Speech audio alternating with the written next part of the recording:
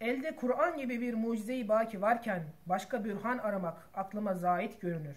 Elde Kur'an gibi bir bürhan-ı hakikat varken münkileri ilzam için gönlüme sıklet mi gelir? Kur'an-ı Kerim'i tanımak ve okumak ister misin? Haf etmezsen hafif olur, mahfi kalır. Mahiyetini bilmezsen devam eder, yerleşir. Mahiyetini bilsen, onu tanısan gider. Evet, vesvese nedir ve nasıl kurtuluruz? Bilmek ister misin? Ey hastalıktan şekva eden biçare adam! Hastalık bazılara ehemmiyetli bir definedir. Gayet kıymetli bir hediye ilahiyedir. Her hasta kendi hastanı o neviden tasavvur edebilir. Hastalığın Allah tarafından sana verilmiş bir hediye olduğunu biliyor musun? Ey ihtiyar ve ihtiyareler! Madem sizlerde iman var ve madem imanı ışıklandıran ve inkişaf ettiren namaz ve niyaz var, ihtiyarlığınıza ebedi bir gençlik nazarıyla bakabilirsiniz. İhtiyarlıktaki gençliği ve güzelliği görmeyi sen de ister misin? Sizlere müjde. Mevt idam değil, hiçlik değil, fena değil, inkiraz değil, sönmek değil, firak-ı ebedi değil, adem değil, tesadüf değil, failsiz bir idam değil.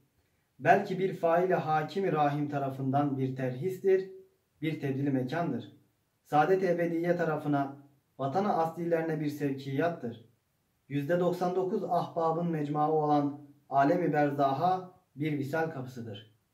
Siz de ölümün gerçek mahiyetini ve ölümün güzel görünen yüzünün güzelliğini görmek ister misiniz? Elbette o zatın sünneti, harekatı, iktida edilecek en güzel numunelerdir ve takip edilecek en sağlam rehberlerdir ve düstur ittihaz edilecek en muhkem kanunlardır. Bahtiyar odur ki bu ittiba-i sünnette hissesi ziyade ola. Sünnet-i seniyyeyi ittiba etmenin mahiyetini bilmek ister misin? İnsan infial ve kabul ve dua ve sual cihetinde şu dünya hanında aziz bir yolcudur. Böyle bir kerime misafir olmuş ki nihayetsiz rahmet hazinelerini ona açmış ve hadsiz bed'i musnatını ve hizmetkarlarını ona musahhar etmiş. Evet, insan nedir ve vazifesi nedir bilmek ister misin? İşte eğer insan inaniyetini istinad edip hayatı dünyeviyi, gayeyi hayal ederek derdi maişet içinde muhakkak bazı lezzetler için çalışsa, gayet dar bir daire içinde boğulur gider. Evet, enaniyetin yani bencilliğin gerçek mahiyetini bilmek ister misin? İmam-ı Beyhaki Nesai nakli sahil haber veriyorlar ki Muhammed İbni Hatip isminde bir çocuğun koluna kaynayan tencere dökülmüş. Bütün kolunu yakmış. Resul-i Ekrem aleyhissalatu vesselam mesedip tükürüğünü sürdü. Dakikasında şifa buldu. Evet, sen de Peygamber Efendimizin olağanüstü ve harika mucizelerini merak ediyor musun? O bürhanın şahs-ı manevsine bak. Satı arz bir mescid, Mekke bir mihrab, Medine bir minber. O bürhanı bahir olan Peygamberimiz aleyhissalatu vesselam, bütün ehli imana imam, bütün insanlara hatip, bütün enbiyaya reis, bütün evliyaya seyyid, bütün enbiya ve evliyadan mürekkep bir halka zikrin, serzakiri.